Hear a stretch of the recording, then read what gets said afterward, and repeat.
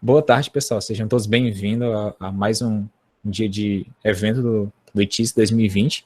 Hoje a gente está tendo a honra de receber um cara fantástico, que é o Clauson. Clauson Oliveira, para quem não conhece, eu tenho certeza que acho que todo mundo já conhece, tá aqui. Ele toca um canal chamado Quero Ser Programador, um canal excelente, que traz bastante dicas sobre o mercado de trabalho e a carreira em si. Atualmente ele está em Portugal, trabalhando para a LX, mas aqui no Brasil já trabalhou para a 99, e vai contar hoje para a gente, falar um pouquinho sobre os desafios no desenvolvimento de um sistema global. Então, Klaus, se apresenta para a gente, e desde já é um prazer ter você aqui falando um pouquinho com a gente, compartilhando a sua experiência. Show, Robson, obrigado pelo convite mesmo, fiquei muito honrado. Eu nunca fui no Ceará, na verdade estava nos meus planos fazer essa viagem no meio desse ano, que eu ia para Minas por motivos familiares, e eu ia passar por aí, mas não foi dessa vez, mas de qualquer maneira fica aqui o registro aqui, a gente compartilha um pouquinho, tanto vocês aí relatando os conhecimentos, mandando conhecimento para cá e vice-versa. Então, hoje, como o Robson disse, vou falar um pouquinho dos desafios que a gente acaba enfrentando quando a gente tenta desenvolver um sistema global.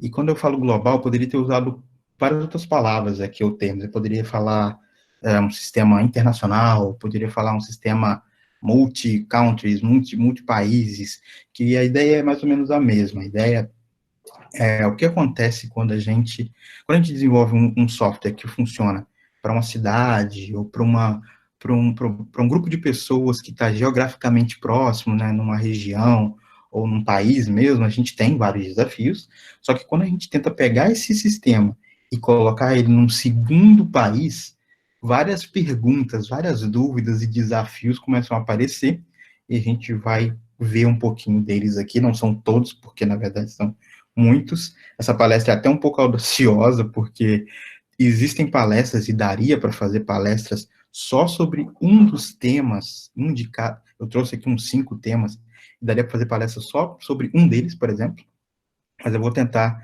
ser bem genérico aqui e tentar passar algum conhecimento.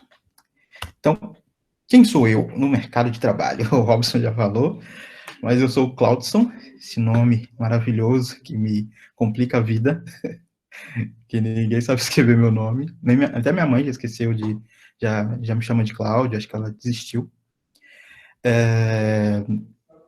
Eu escrevo código desde 2007, a primeira vez que eu tentei escrever, tentei programar, foi em 2007, eu usei uma linguagem chamada Pascal, uma linguagem bem antiga, baixei uma apostila de Pascalzinho, e tentei estudar sozinho. Aí eu estudei, aprendi variáveis, aprendi o que é um if, else, mas quando eu cheguei em laços, quando eu cheguei em for, eu simplesmente não conseguia entender o que era aquilo, não entrava na minha cabeça. E, coincidentemente, era o momento que eu tinha que prestar um vestibular, que eu queria fazer faculdade, e aí eu prestei para ciência da computação, passei, e eu fui morar 5 anos, eu sou de Minas, eu sou de Muriaé, e eu fui morar 5 anos e estudar na Universidade Federal de Juiz de Fora, onde eu me formei com muito suor, de 10 períodos, que deveriam ser 8. Então, depois desses 5 anos de Juiz de Fora, eu mudei para São Paulo, e trabalhei em várias empresas lá. Algumas das empresas que são bem diferentes, né? As empresas que eu trabalhei lá, uma delas foi o Valor Econômico, que é um jornal bem meio careta, né? Um jornal de economia, assim, com um público-alvo um pouco mais velho. Eu também trabalhei para a Easy Taxi, que é uma empresa de um aplicativo de táxi, que a Easy ela nem existe mais, ela foi adquirida pela Cabify, mas eu vou tentar falar alguns casos que eu vivi lá, que são bem legais. Depois desses 5 anos em Juiz de Fora e 5 anos em São Paulo, eu resolvi vir para Portugal. Passei por um processo seletivo daqui da OLX, eu estou aqui há 2 anos e meio, não são 5 anos. Não sei se eu vou ficar 5 anos, se vai ser mais, se vai ser menos, se eu estou seguindo um padrão aí, vamos ver daqui a 2 anos e meio. Eu trabalho para o OLX, na verdade, para o Grupo OLX. O Grupo OLX é um grupo de empresas que contém o site OLX, mas tem outros sites de classificados também, que eu vou até mostrar um deles durante Atalk. Claro, as minhas redes sociais estão aí, aquela coisa toda de @Cloudson no Twitter, GitHub, e eu tenho o canal aí, Quero Ser Programador, no YouTube. Se inscreve no canal, sininho, aquelas coisas todas. Então, esse sou eu no mercado de trabalho, mas a pergunta é, quem sou eu na noite? Brincadeiras à parte, quem sou eu na festa da firma, né? Que essa daí é uma foto minha na festa do OLX de 2018, se eu não me engano. E eu sou essa pessoa que bebe e abre uma roda de dança e tenta dançar no meio da roda e sequer percebe que tem um fotógrafo na sua cara tirando uma foto. Então, quando as pessoas falam que vai ter uma festa da firma com tudo pago uma vez por ano, esse tipo de coisa acontece, né? Mas vamos falar de coisa séria, vamos falar dos desafios aqui que a gente enfrenta nesses tipos de sistemas que funcionam em mais de um país. A primeira coisa que eu percebi quando eu me deparei com esse cenário, né, pela primeira vez, foram as datas, que foi até uma coisa que a gente brincou aqui, o Robson, que essa coisa da data, ela é complexa, assim, tipo, você tenta marcar um horário para uma call, para um não sei o quê, e assim, é complicado. Nossa cabeça, acho que ela não foi feita para isso. E um sistema também a gente tem desafios quanto a isso. Quando a gente, na verdade, por que a gente tem esses desafios, né? A gente tem esses desafios porque a gente tem esse conceito lindo e maravilhoso, né, que o ser humano criou dos time zones, das zonas do tempo, que o que define que aqui em Portugal é 9h34 da noite e no Brasil é 5h34 da tarde. Quando eu quero fazer um sistema, por exemplo, um sistema de classificados, que vocês podem pensar que é o OLX, ou pode pensar que é qualquer outro site, né? Eu quero um sistema de classificados que as pessoas colocam anúncios de qualquer coisa, para vender. Então, quando essa pessoa publica um anúncio, muito provavelmente a gente vai ter a data desse anúncio e a gente vai querer mostrar para outras pessoas que querem comprar, talvez, a data que esse anúncio foi publicado. Então, se uma pessoa publicou um anúncio, né, eu estou nesse site, olx.com.br, por exemplo, e uma pessoa publicou um anúncio do dia 9/5, às 6 da tarde, muito provavelmente eu vou só pegar essa data, eu vou salvar essa data em algum lugar, e eu vou apresentar essa data na tela, no HTML, no aplicativo, na mesma data e na mesma hora, né? Agora, se eu tenho esse meu sistema, olx.com.br, e eu quero mover esse sistema, não mover. Quero meio que replicar esse sistema, colocar esse sistema em Portugal, e ele vai chamar olx.pt. Não faz mais sentido, né? Eu não vou mais salvar essa data e apresentar essa data no horário do Brasil. Eu quero apresentar essa data no horário de Portugal. Mas será que faz sentido eu colocar todos os anúncios na mesma tabela de banco de dados, por exemplo, cada um com a sua data local? Será que não vai ficar um pouco confuso eu olhar para esse banco de dados e pensar, ok, 9/5, 6 da tarde. Mas 6 da tarde onde? 6 da tarde no Brasil, 6 da tarde em Portugal? Então, esse tipo de pergunta aparece. Uma das formas de resolver isso, e é uma forma que eu diria que é um pouco, como é que eu posso dizer? Um pouco, foge um pouco do problema, mas é uma forma de resolver, é você ter bancos de dados diferentes. Então, se eu tenho esse meu sistema de classificados e eu quero rodar esse sistema em 2 países, eu poderia criar um banco de dados do Brasil e um banco de dados de Portugal. E aí, a regra que eu pensei antes de sempre salvar na hora local, ela continua valendo. Porque eu sei que se eu olho para o banco de dados do Brasil, todas as datas e horas lá são baseadas no Brasil. E a mesma coisa para Portugal. Obviamente, se toda solução na computação, né, ela tem uma vantagem e uma desvantagem. Não existe bala de prata. E é isso que a gente vai acabar vendo aqui durante essa palestra. Uma das desvantagens dessa arquitetura, digamos assim, é que pensa que você tem que fazer qualquer relatório simples que veja quantos anúncios foram postados no mês de fevereiro desse ano. Você vai ter que se conectar num banco de dados, descobrir isso, para depois se conectar em outro e descobrir isso. Para 2 bancos de dados pode não parecer é um grande desafio, mas quando a gente fala de um sistema que roda em 10 países, as coisas começam a ficar um pouco chatas, né?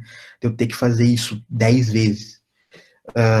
E ainda tem o problema das contas. Se eu estou falando que eu tenho dois bancos de dados diferentes, quer dizer que se o Claudson se cadastrou na olx.com.br, ele pode postar os anúncios lá, mas se ele se mudou para Portugal, quando ele tenta usar o olx.pt, a conta dele não existe mais, porque existe a tabela de contas tanto do Brasil quanto de Portugal. Então, o Claudio vai ter que se cadastrar de novo. É uma experiência do usuário um pouco estranha, né? É como se fossem até empresas diferentes, a gente pode pensar dessa maneira.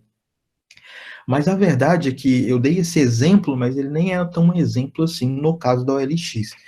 A OLX, ela funciona mais ou menos assim, não vou dar muitos detalhes, mas a gente tem, no fim das contas, bancos de dados por país, e a gente tem vantagens também, como eu falei, existem vantagens para tudo na computação, e as vantagens de eu ter bancos de dados diferentes é que eu consigo talvez escalar mais fácil, né? Se eu tenho uma grande massa de dados no Brasil, que é um país continental muito maior que Portugal, tem uma criança aqui, muito maior que Portugal, pode ser que eu queira investir dinheiro, pode ser que eu queira mexer meus pauzinhos para fazer esse Banco do Brasil ser mais robusto que o Banco de Portugal. Além disso, se eu tenho, sei lá, muito acesso no Banco do Brasil, isso com certeza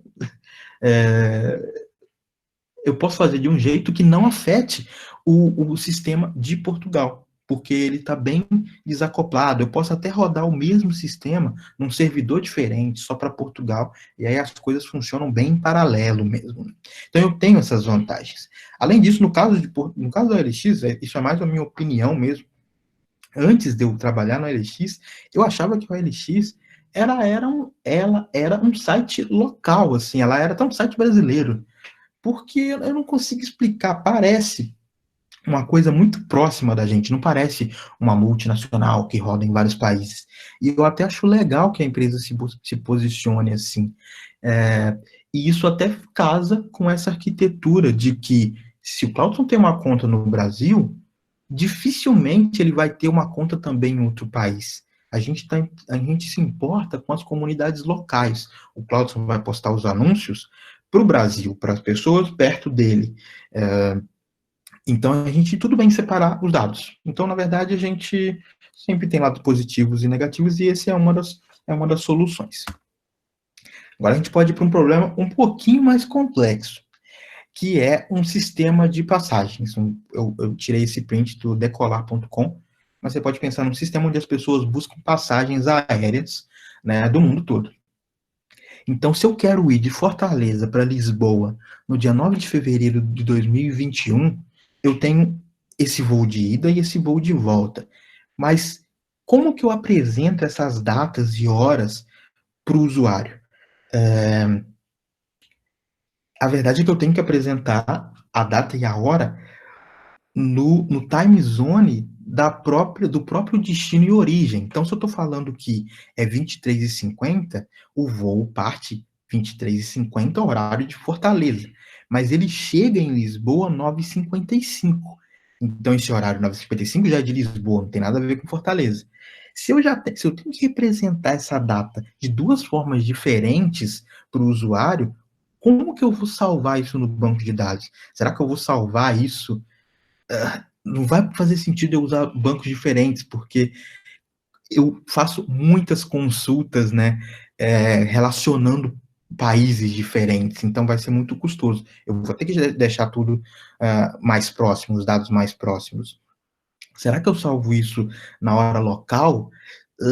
Também posso ter certos problemas, porque aí quer dizer que eu vou ter uma tabela com datas do mundo inteiro, em todos os time zones.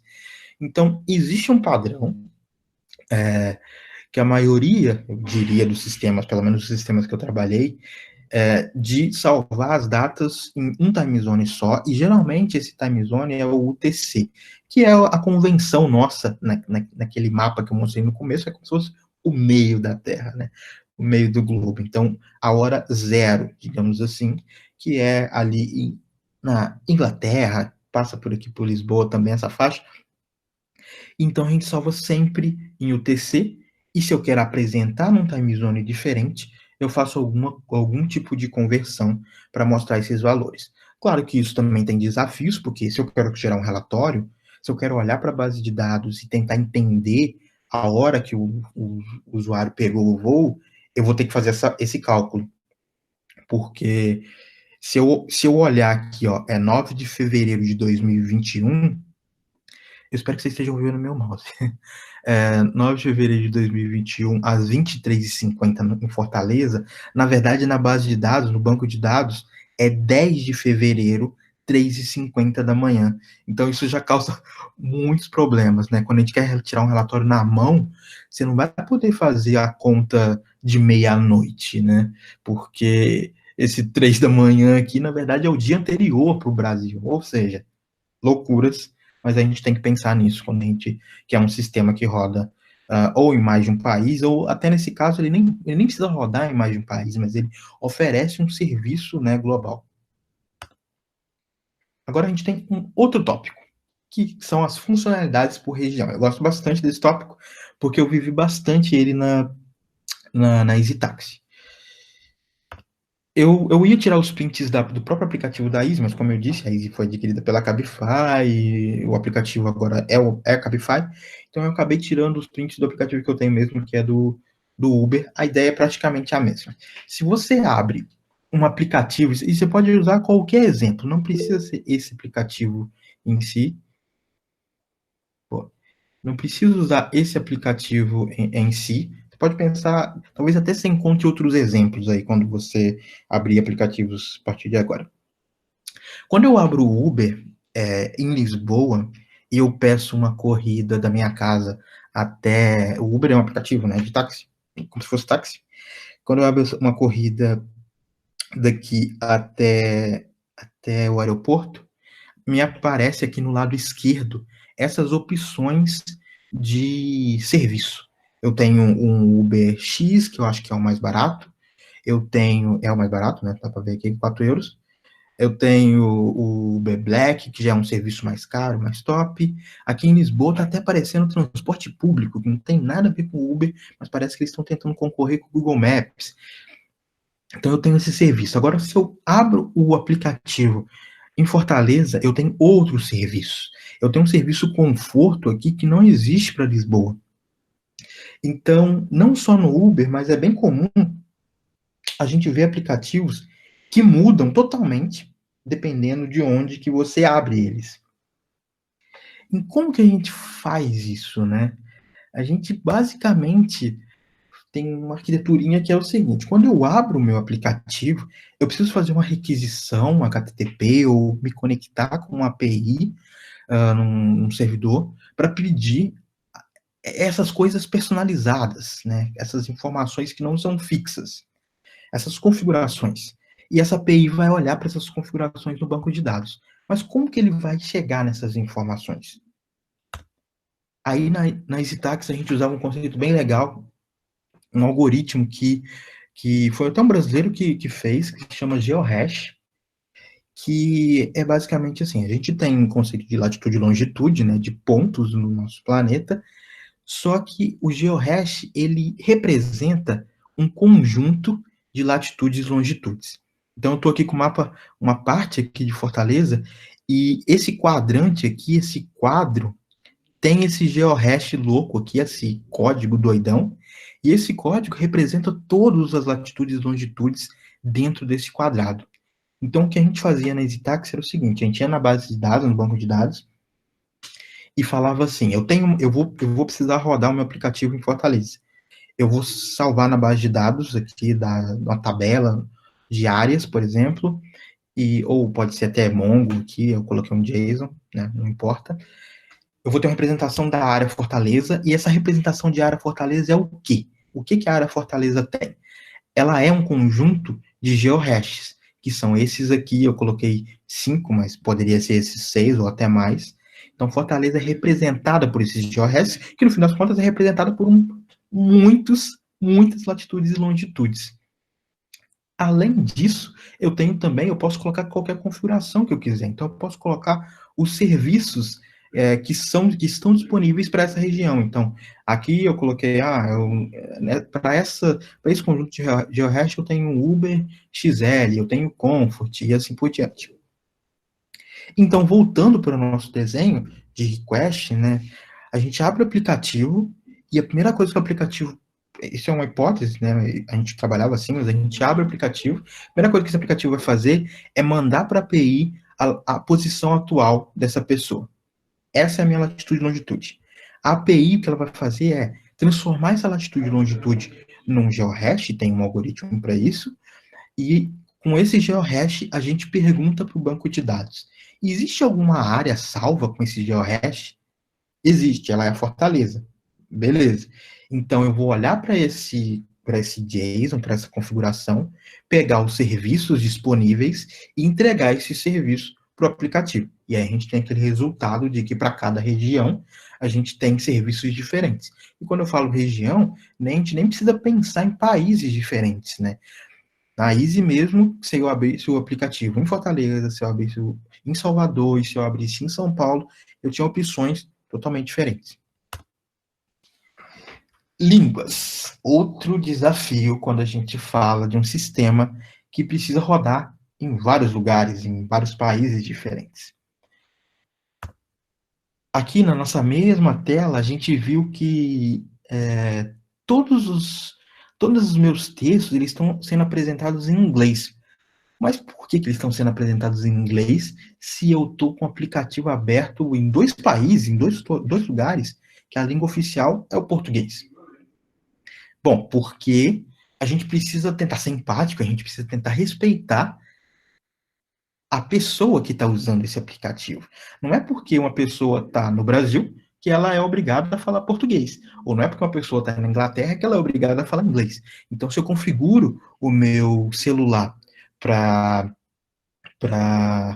a língua padrão ser inglês, eu tenho que adaptar o meu aplicativo o máximo possível para ele continuar servindo as coisas em inglês. Então, beleza, como que eu posso fazer isso? Eu posso fazer isso no próprio desenvolvimento do aplicativo.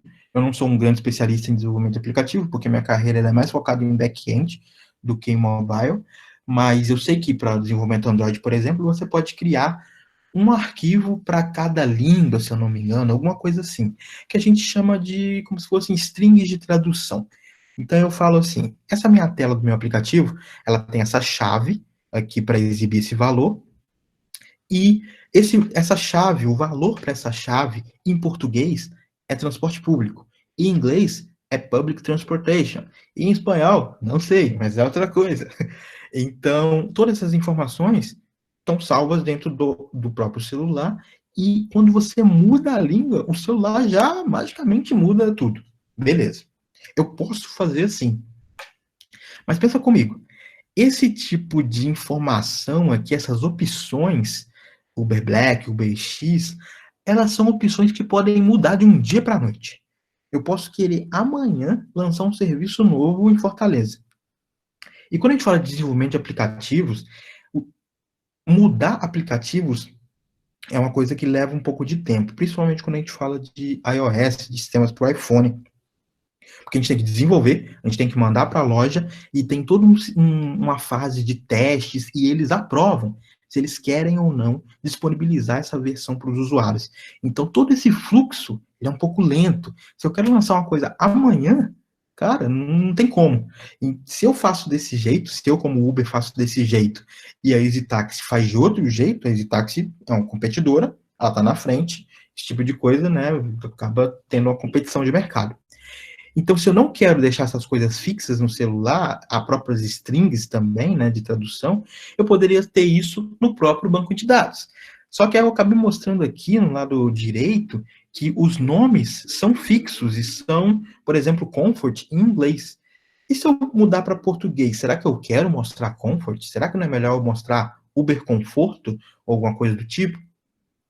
Então, a gente até pode pensar em outro tipo de solução para esse problema. O que eu tenho visto no mercado, na maioria das empresas que eu passei, que que passam por esse problema é que a gente usa um site, um serviço que se chama PhraseApp.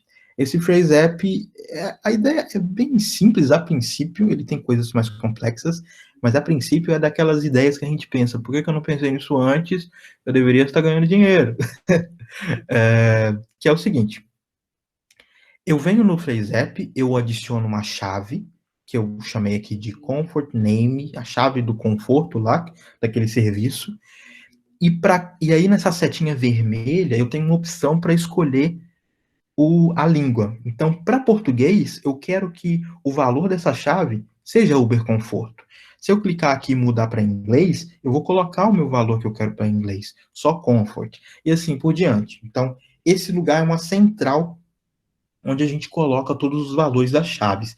Mas por que eu vou ter um outro site, Claudson, para salvar essas coisas? Nossa, não podia ser na base de dados, uma coisa tão simples, né?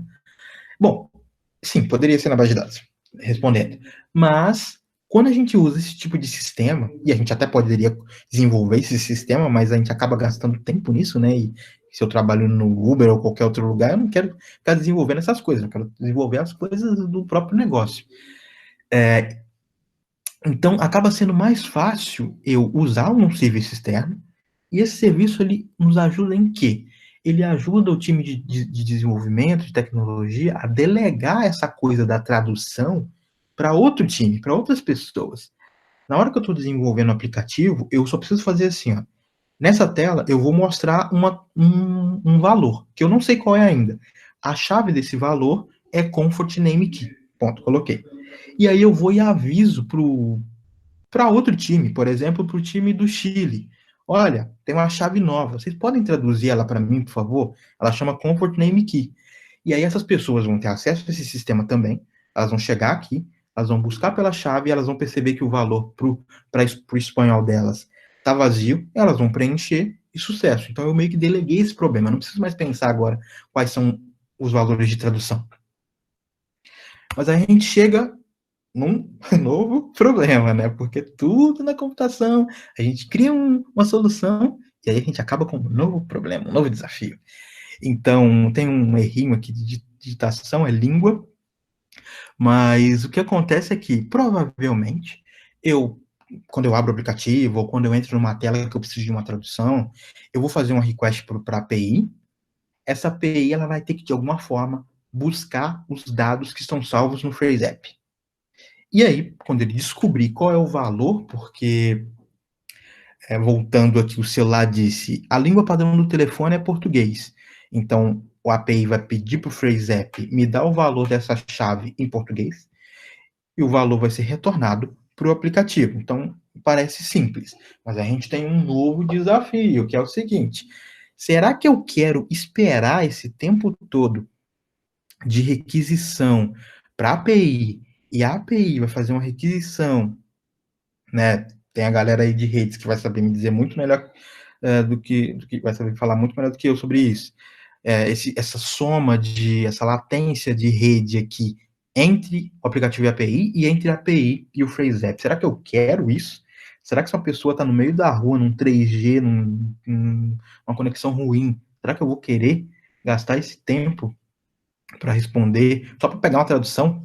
Não vou querer. Então, uma das possíveis soluções que a gente pode fazer é fazer com que o PhraseApp aqui na direita, ele gere um arquivo no próprio servidor, que está a API, por exemplo, um arquivo que contém todas as chaves e valores de tradução, em todas as línguas. Eu posso ter um arquivo para cada língua, alguma coisa do tipo.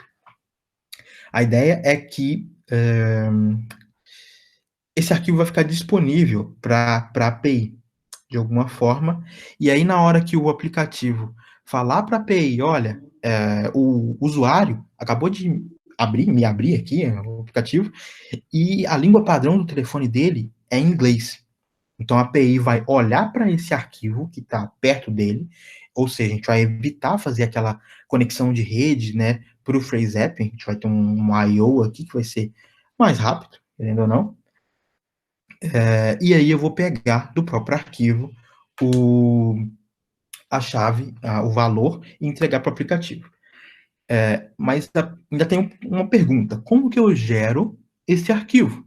E aí tem vários tipos de solução para fazer isso. Eu posso, de alguma forma, no próprio FreeZap, falar para ele assim, ó, toda vez que alguém salvar um valor novo aqui na minha plataforma, eu vou gerar um arquivo lá no seu servidor. Eu posso fazer isso. Talvez fique um pouco custoso, e aí eu posso ir para outra solução. Toda vez que eu atualizar a minha API, toda vez que eu fizer um deploy, uma implantação, eu vou ir lá no FreeZap, pedir para ele todas as chaves, todos os valores, e eu mesmo vou gerar o arquivo e colocar aqui dentro do meu pacote de deploy. Então, são algumas opções que a gente pode usar para resolver esse problema.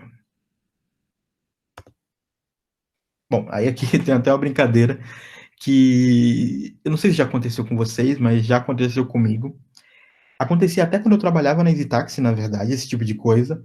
E eu até falei assim, eu vou abrir o aplicativo aqui, eu tirei esse print há poucos minutos, vou abrir esse aplicativo, algum aplicativo aqui vai ter esse problema. E o segundo que eu abri tinha.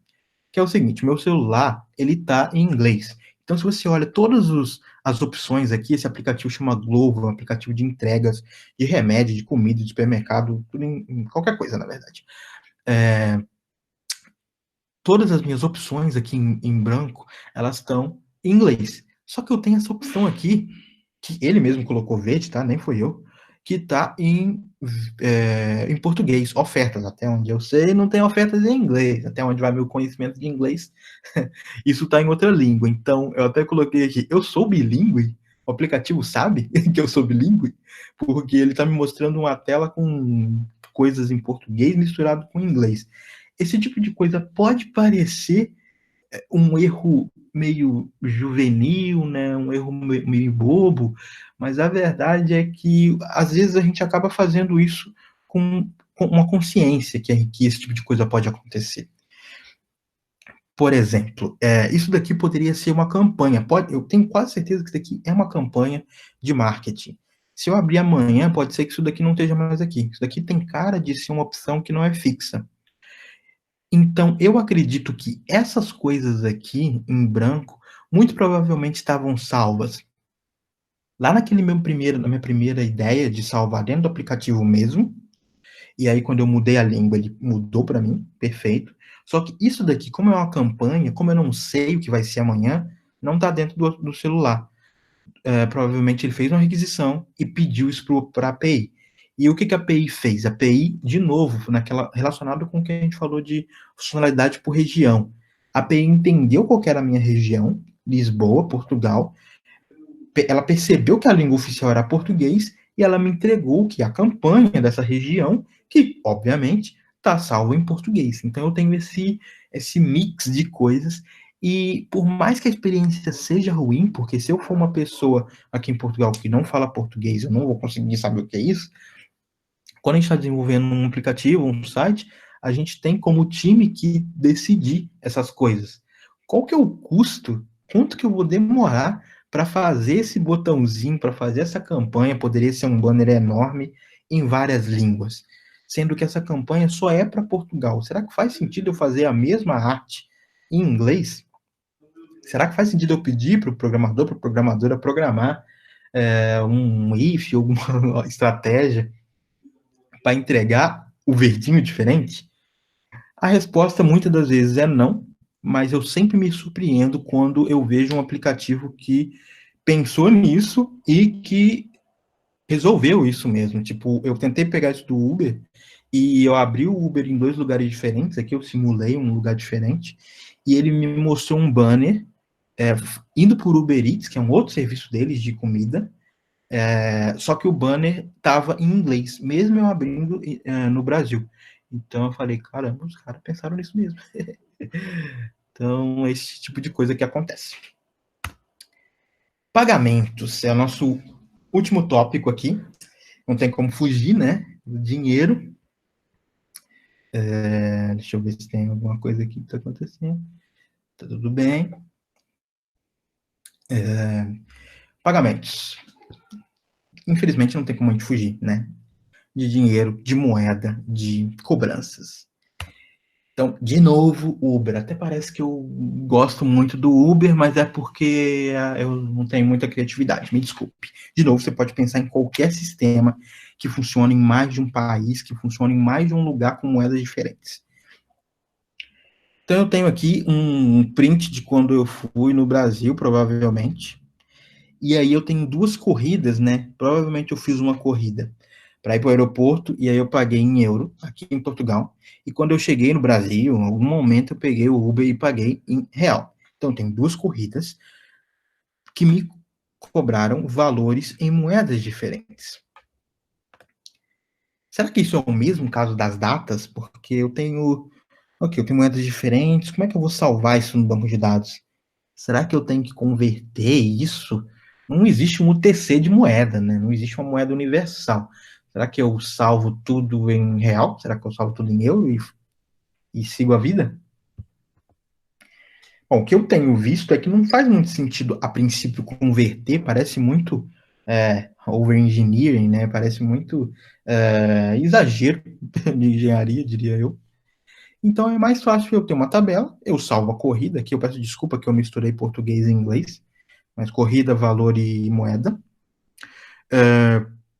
Eu tenho cada corrida, eu salvo o valor e eu salvo a moeda. Então eu paguei R$17,40, eu paguei 7,60 euros. Me parece ok usar esse approach. Eu até diria que é ok, porque a maioria das vezes que eu vi uma empresa com um sistema que rodava em mais de um país, não tinha só o time de tecnologia para cuidar disso. Tinha outros times que estavam nesses países. Então eu tinha um call center no Chile para EasyTaxi e um call center para EasyTaxi do Brasil. Além disso, eu tinha um time financeiro do Brasil e um time financeiro da Argentina. E por que isso é importante, isso está relacionado aqui com pagamentos?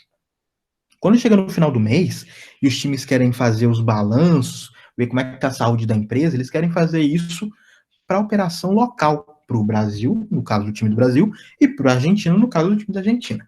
Então, muito provavelmente, o que eles vão fazer no fim do mês é tirar um relatório, mas vai pedir para um programador, para a programadora, vai apertar algum botão no sistema, que vai fazer uma consulta, o time do Brasil fazer uma consulta, para pegar todas as corridas com moeda real e ignorar o resto. Por que é importante eles, cada um, cuidar do seu quadrado? Porque pensa comigo, se o time do Brasil descobre que teve um faturamento, teve um lucro X, PTO, no mês de fevereiro, mas ele rodou uma campanha que gastou muito dinheiro para colocar anúncio no Facebook, ele vai ter que fazer uma continha para descontar esse valor gasto na campanha, para ele chegar no valor real de ganhos do mês. O time da Argentina não fez campanha nenhuma, ele só precisa somar os valores das corridas. Então, esses times locais acabam fazendo os seus cálculos da forma que eles acham melhor. E, por causa disso, essa solução aqui, ela parece ser justa, parece ser bem ok para a maioria dos casos. Claro, como eu disse no começo, e a gente já está chegando às conclusões, não existe solução certa, e cada caso é um caso, aquela coisa toda que a gente ouve por aí. Eu posso complicar um pouquinho mais essa história, e eu até falei que eu ia mostrar um dos sites que eu trabalho aqui, do grupo LX, que esse é o Autovitro. É como se fosse um LX só com anúncios de carro ou peças de carro. Acho que no Brasil a gente tinha um Web Motors, eu não sei se existe ainda. Mas o que importa aqui é que eu tenho anúncios de peças de carros. E aí eu exibo aqui o valor dessa peça, né? Se alguém quiser comprar essa peça, ela precisa pagar 100 euros. Só que eu tenho aqui uma outra moeda. Esse site, Autovitro RO, ele funciona só na Romênia. Só que a Romênia, ela tá na Europa, eu não sei se ela faz parte da União Europeia, porque tem toda essa confusão. Mas o importante saber é que as pessoas que querem vender suas peças de carro lá, elas podem optar por vender em euro ou por vender na moeda local, que é esse RON, que eu acho que se fala leu. Mas não muda, não faz diferença pra gente aqui. Então, quando eu publico um anúncio no Autovitro, eu posso escolher, eu quero mostrar esse anúncio em euro ou nessa outra moeda doidona. E pronto, é só uma questão de exibir isso, né? Provavelmente aquela minha tabela vai resolver, porque eu vou salvar em euro, salvar em RON, Na hora de eu exibir na tela, eu só preciso pegar as duas colunas e mostrar valor, moeda, sucesso. Não é nada complicado. Mas a gente tem aqui, eu devia ter colocado uma setinha, porque ninguém sabe falar romeno aqui, inclusive eu tô aprendendo assim, de tanto ler. Pice, eu sei que é peças. Mas isso daqui é uma ordenação, perto desse sininho vermelho aqui, espero que vocês estejam vendo meu mouse, é uma ordenação. Então, se eu troco e eu quero ordenar os meus anúncios por preço, pelo preço mais baixo, aí eu tenho um problema. Aí eu tenho um problema porque quando eu comparo 100 euros com 100 leus, qual que é mais caro e qual que é mais barato? Eu não sei, honestamente eu não sei. Eu acredito que o 100 euros seja mais caro. Mas para esse sistema, para essa funcionalidade, não vai ter como. O time de tecnologia vai ter que fazer alguma conversão de moeda para aí sim entender qual que é o anúncio mais caro e qual que é o anúncio mais barato. Então, além dessa visualização aqui, eu tenho um valor escondido em algum lugar que diz que esse anúncio de baixo é o mais caro. E aí, como que eu resolvo isso? Muito provavelmente eu vou fazer algo bem parecido com o que a gente fez para as traduções. Eu vou ter que me conectar num serviço de câmbio, por exemplo, para descobrir qual que é o câmbio de euro para essa moeda aí, leus. E isso muda muito, né? Então pode ser que eu queira rodar isso de hora em hora, ou, sei lá, de minuto em minuto, vai depender, né, da performance que você quer ter e de quão fidedigno você quer que os valores sejam. Então, eu vou ir nesse sistema, descobrir o câmbio, salvar isso em algum lugar perto do meu sistema, para eu não precisar ter que ir nesse sistema toda hora. Então, eu vou salvar perto do AutoVitro, do servidor do AutoVitro, e aí, quando eu quero exibir esses anúncios, eu tenho que, para cada anúncio, fazer a conta de conversão e salvar isso de alguma forma que o back-end entenda como ordenar.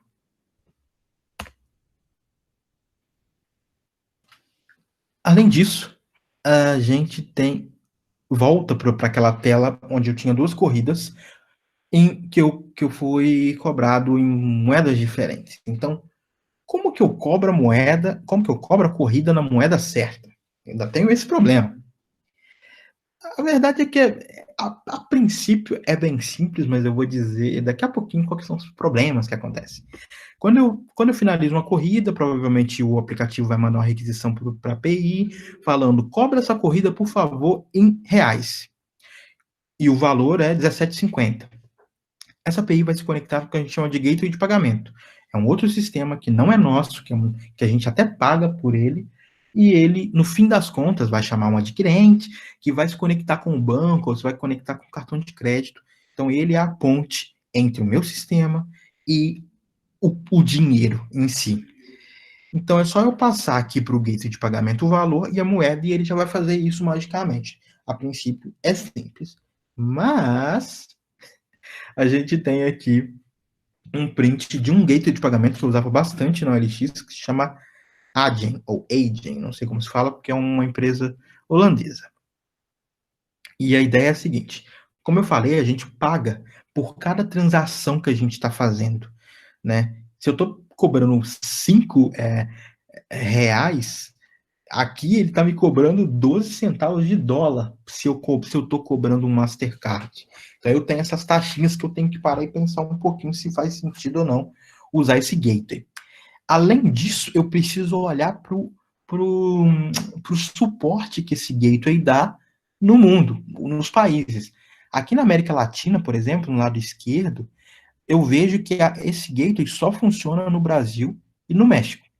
Se eu quiser pegar o meu aplicativo, né, e colocar ele, ou meu site, tanto faz, e colocar ele para cobrar alguma coisa na Argentina, eu simplesmente não consigo, porque ele não vai conseguir cobrar nessa moeda. Então, eu acabo tendo esse problema e agora? O que eu faço?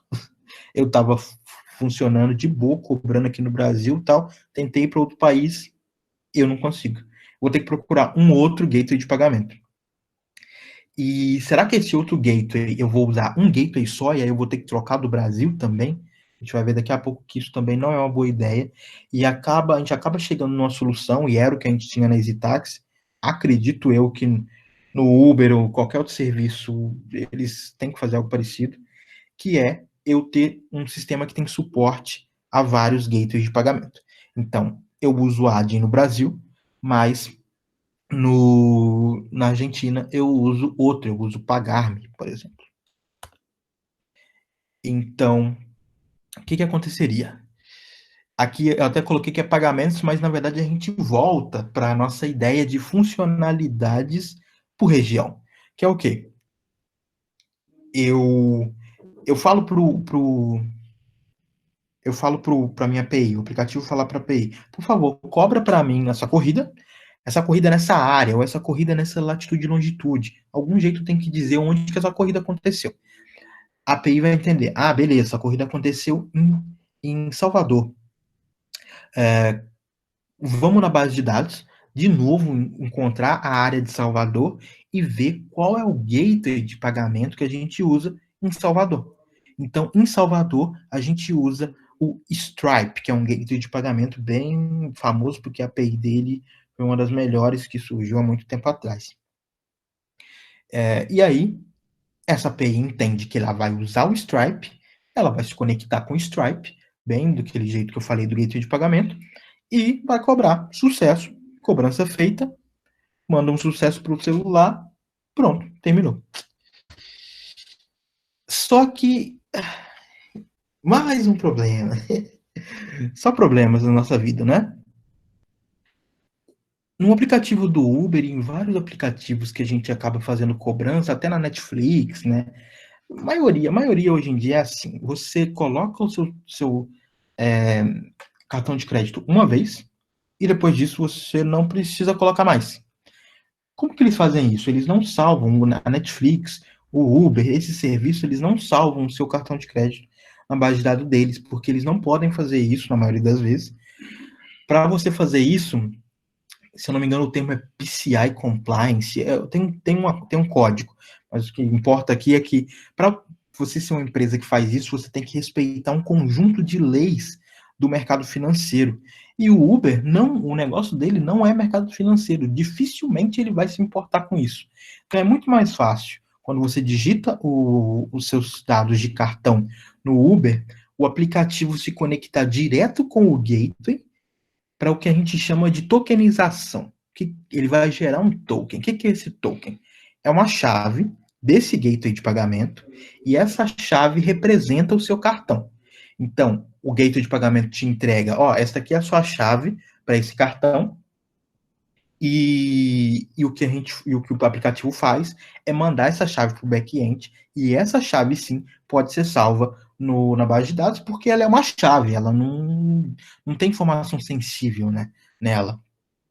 Então, cada um desses cartões de crédito salvos aqui, na verdade, são tokens na base de dados do Uber. Agora, pensa comigo. Se eu adicionei um cartão no Brasil, eu gerei um token para a Adyen, que era o meu gateway de pagamento no Brasil. Se eu chego na Argentina, que a gente viu que não tinha suporte para a Adyen, esse token não serve de nada. Eu não vou conseguir usar esse token na Stripe, que era o meu outro gateway, porque esse token só funciona para a Adyen. Então, acontecia isso na EasyTaxi, e é possível que aconteça em outros sistemas, que é você ir para uma outra região e o seu cartão de crédito que você jurava que tinha adicionado sumir. Isso pode ser até dentro do mesmo país mesmo, né? Nem precisa ser país diferente. Por que sumiu?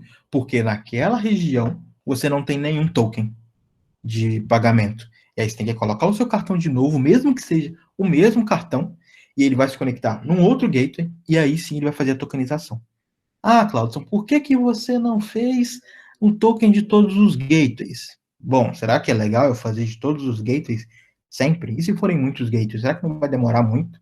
Pode ser que a pessoa nunca mude de região, ela fique sempre na mesma região, ela não precise dos outros tokens. Será que é legal? Outra coisa.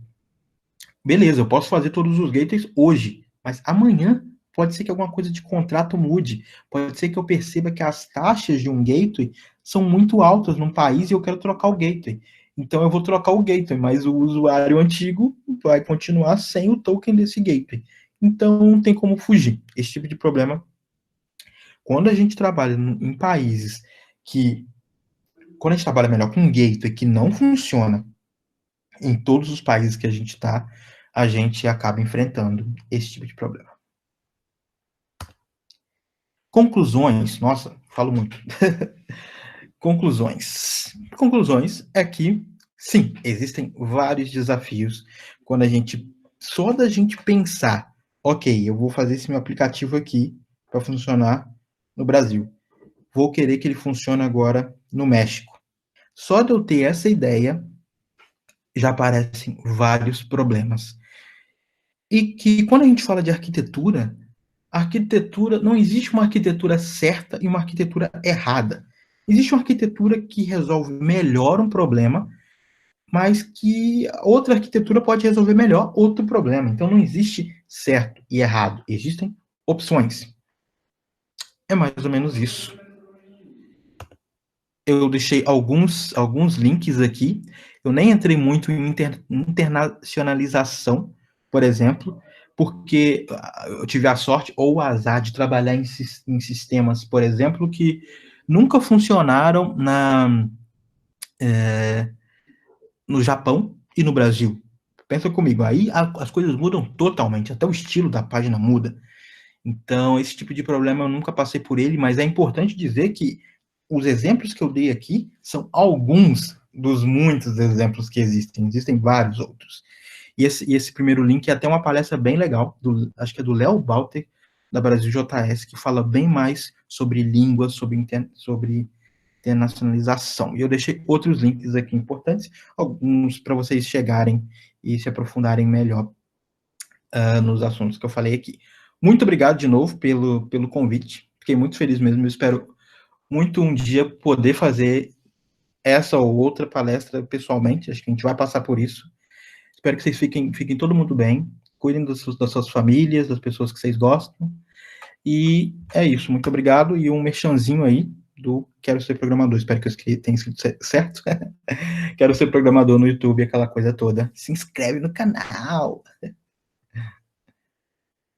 Caramba, brigadão, Cláudio. Foi uma palestra sensacional, tipo, tanta explicação como tua didática, assim, excelente. Eu sou inscrito também, já recomendo que todo mundo queira se inscrever no canal.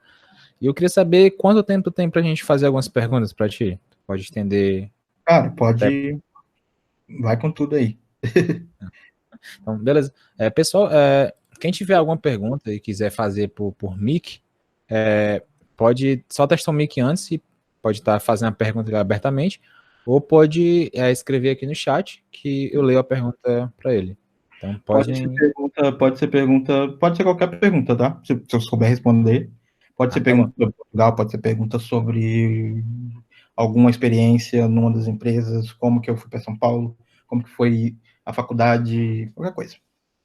Legal. Então, para a gente que está aqui no campus, e para quem também não é do campus, é uma grande oportunidade para tirar esse bate-papo, além de conhecer um pouquinho mais sobre o sistema, sobre a carreira dele.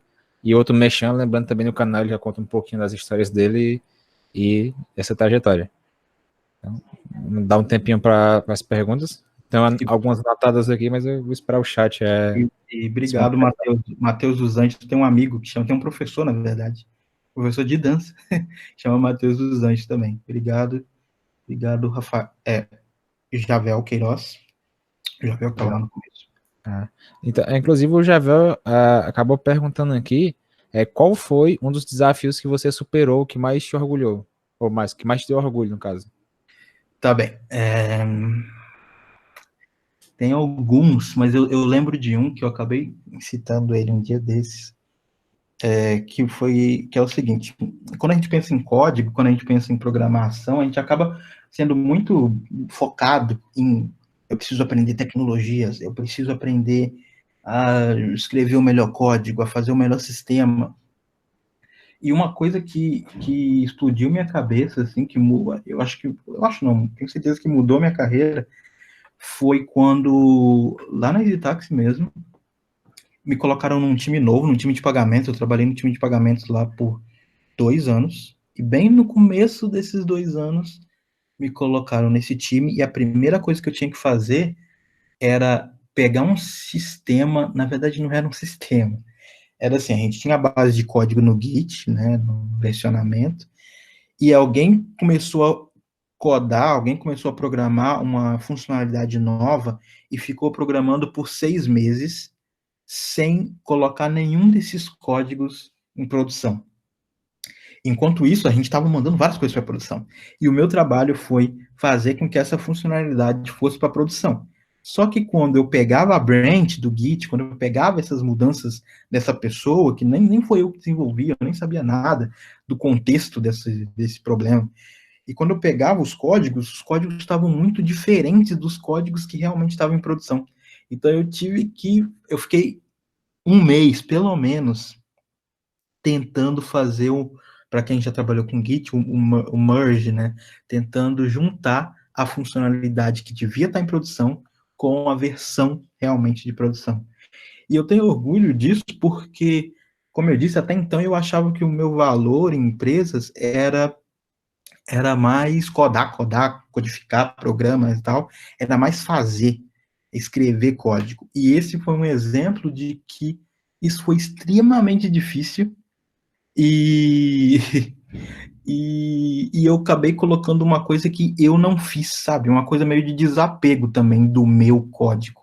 O que é o meu código? Meio que não existe meu código. Existe o código da empresa. O meu código é o meu código do GitHub. Então foi uma coisa que eu acabei superando, que me deu bastante orgulho.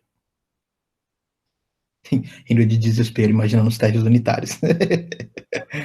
Não, realmente deve ter sido um problema grande e acaba sempre acontecendo com algumas empresas mesmo. A gente esquece de dar aqueles commit, fica aquele commit monstruoso, às vezes nem sobe mesmo. Sim, sim, sim. Por favor, gente, façam commits. Façam commits frequentes. Preferências pequenas, eles não precisam ser enormes, não. Então, pessoal, mais alguma pergunta? O Dejair tinha uma pergunta. Aliás, tá ali. Eu ia dizer que ele tinha uma pergunta e tem mesmo, né? O Dejair está perguntando se na tua atual vivência você acha que essas empresas estão indo para um caminho onde você tem o business logic separado da infraestrutura. Um pega meio DDD, por exemplo. Ou ainda vão de bom e o velho MVC ou ADR? Boa pergunta, cara. Olha, o DDD está muito em alta no sentido assim de discussões, mas eu vou te dizer que na prática tá difícil para mim. Talvez eu esteja sendo pessimista, mas para mim é difícil ver uma empresa que realmente está aplicando isso, sabe? E eu acho, e é engraçado porque as empresas que eu estou vendo hoje, as empresas estão precisando disso, de falar mais de DDD, porque DDD se liga muito com.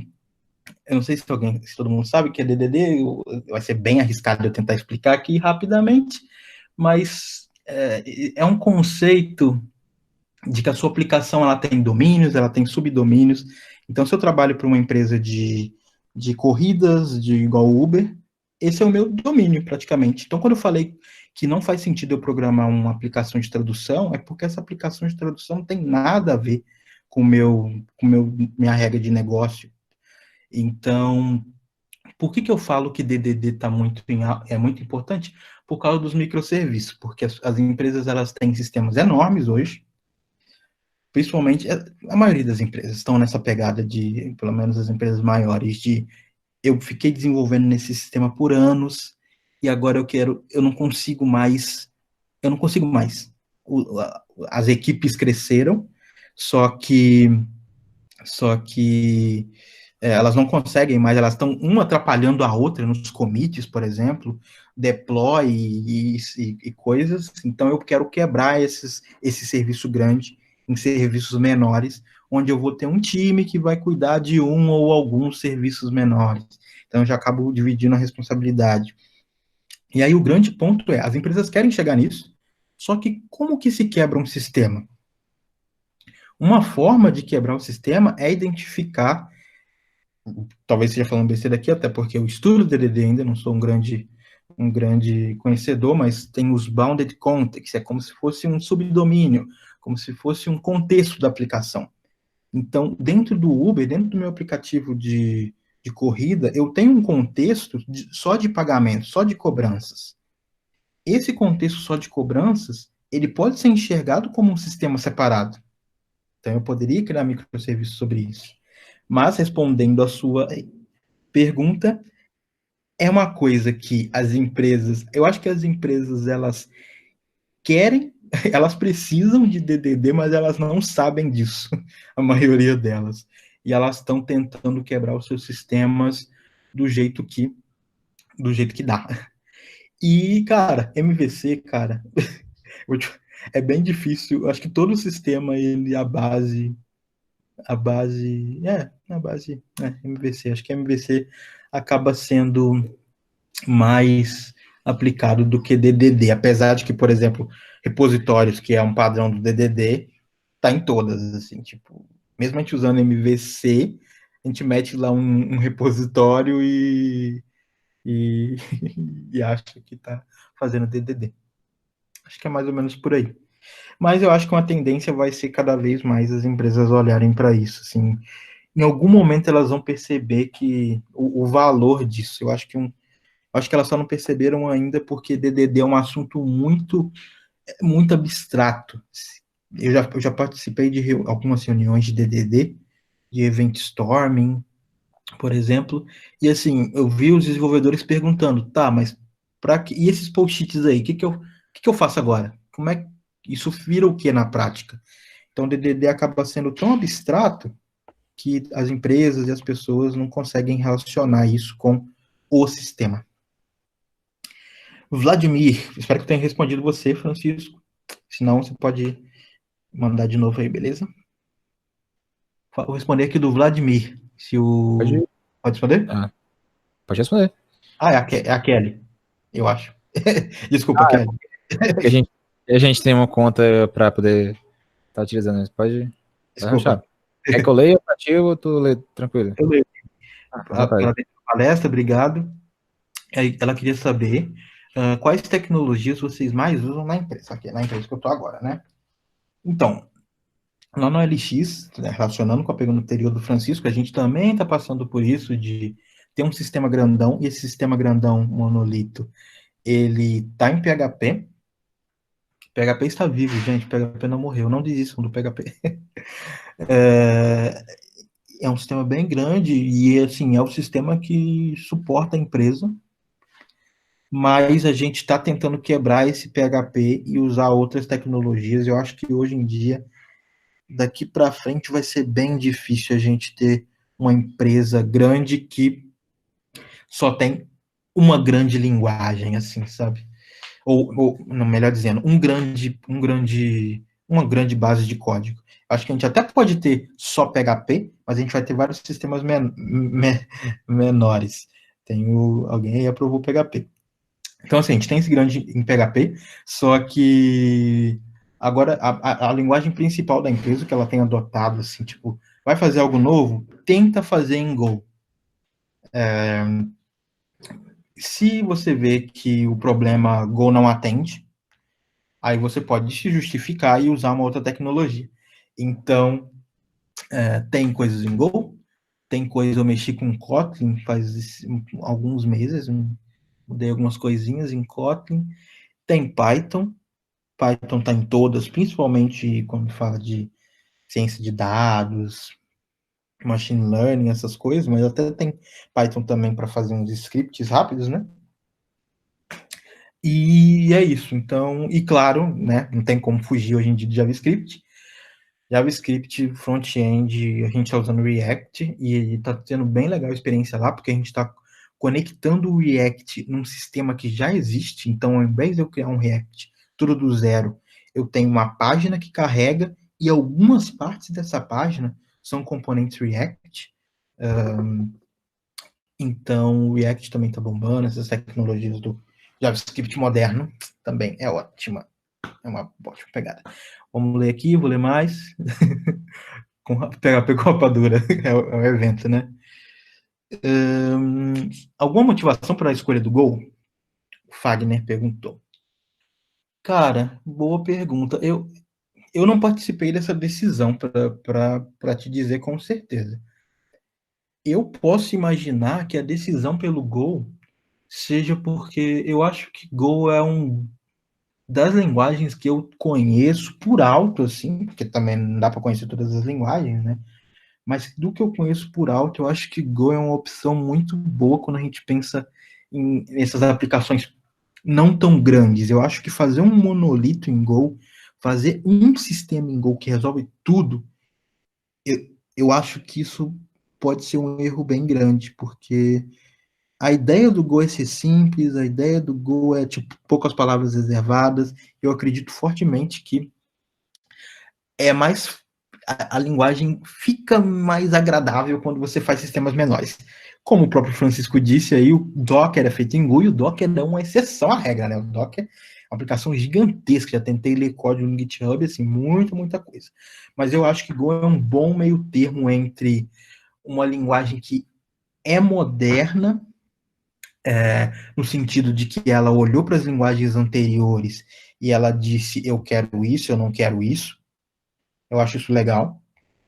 É uma linguagem moderna no sentido de que ela foi pensada para os computadores que a gente tem hoje. E se você olha para as outras linguagens, elas não foram pensadas desde o começo para isso, né? Essa coisa da concorrência, hoje em dia a gente tem máquinas que têm um poder computacional muito grande, de ter vários núcleos. As linguagens que foram criadas 20 anos atrás nem pensavam nisso.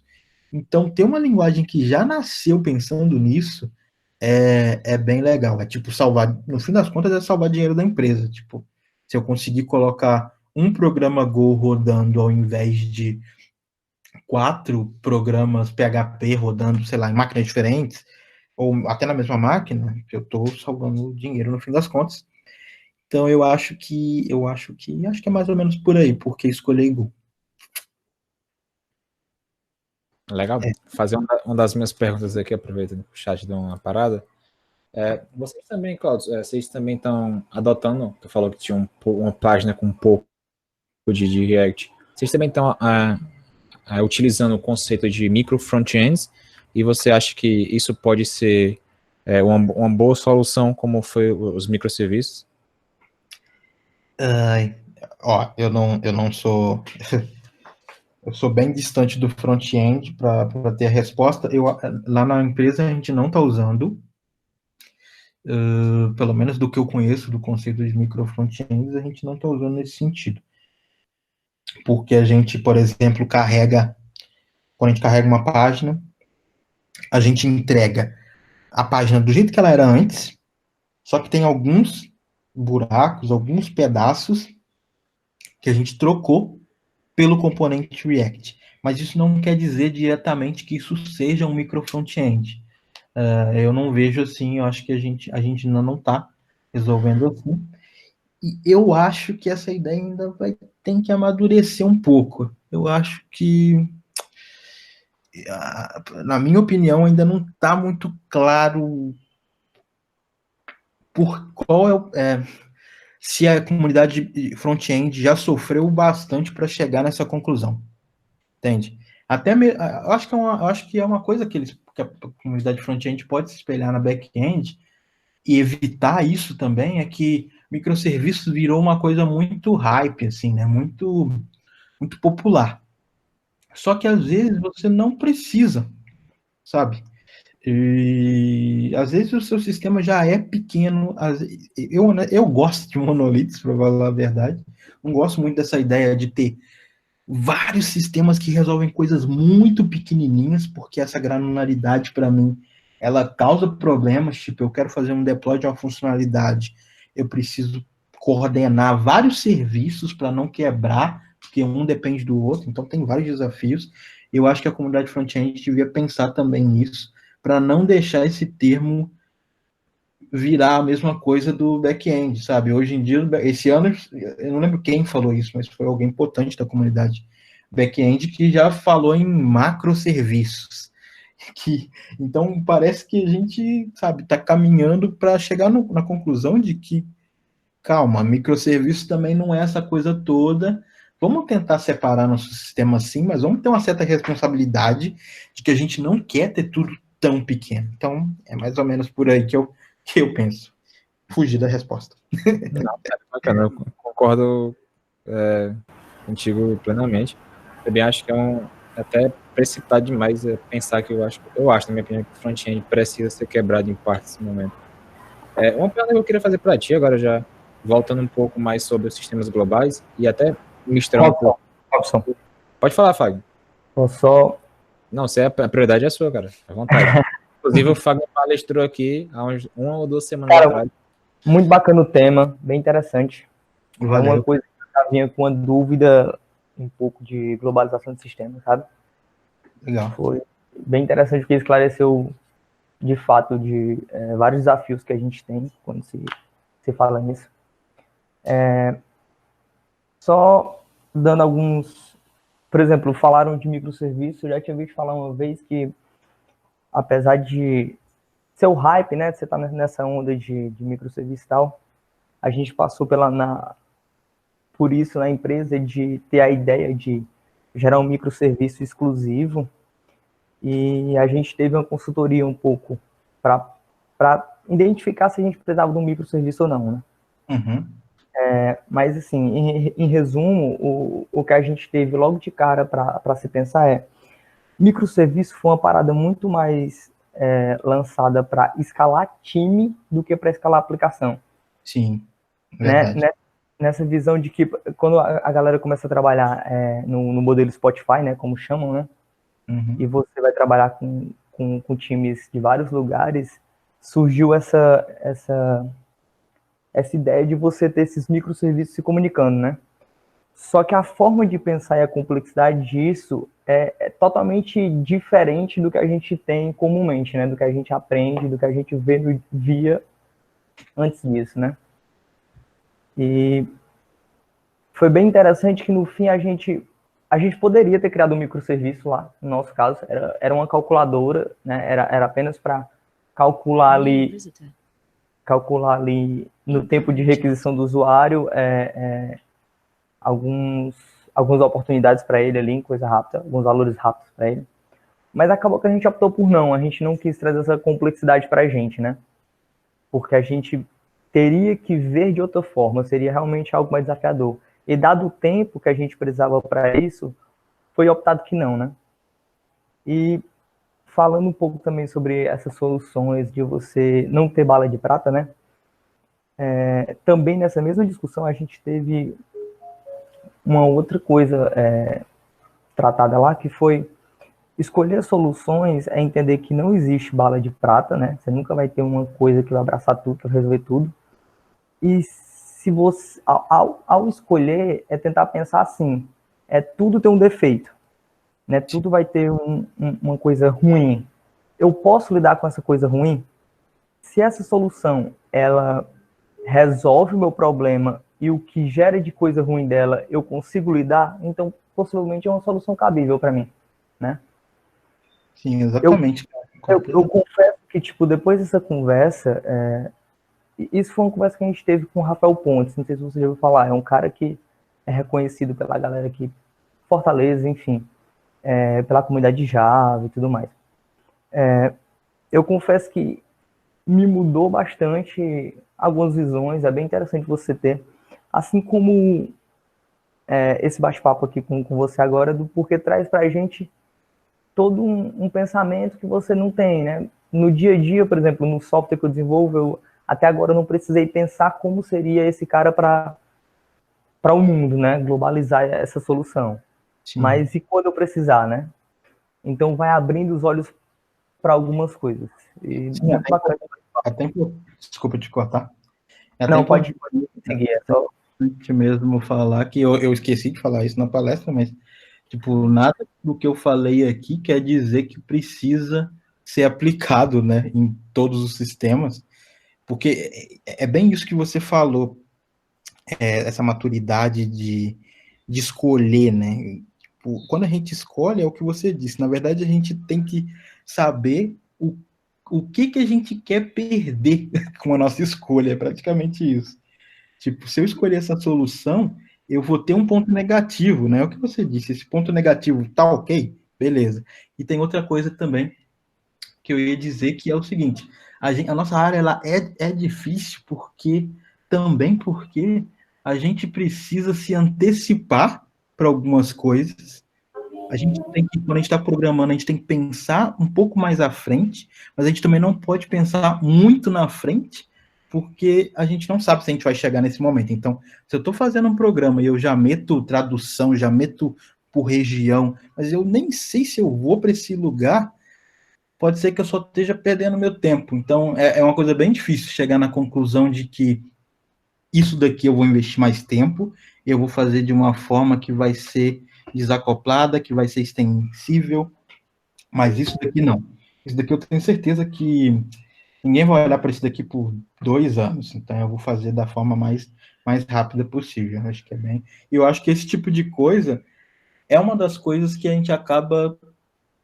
É uma das competências para ir ficando mais sênior, sabe? Eu acho que uma pessoa que tem mais experiência, ela consegue olhar para as coisas e pensar, e chegar nessas conclusões, acho que mais rápido, talvez.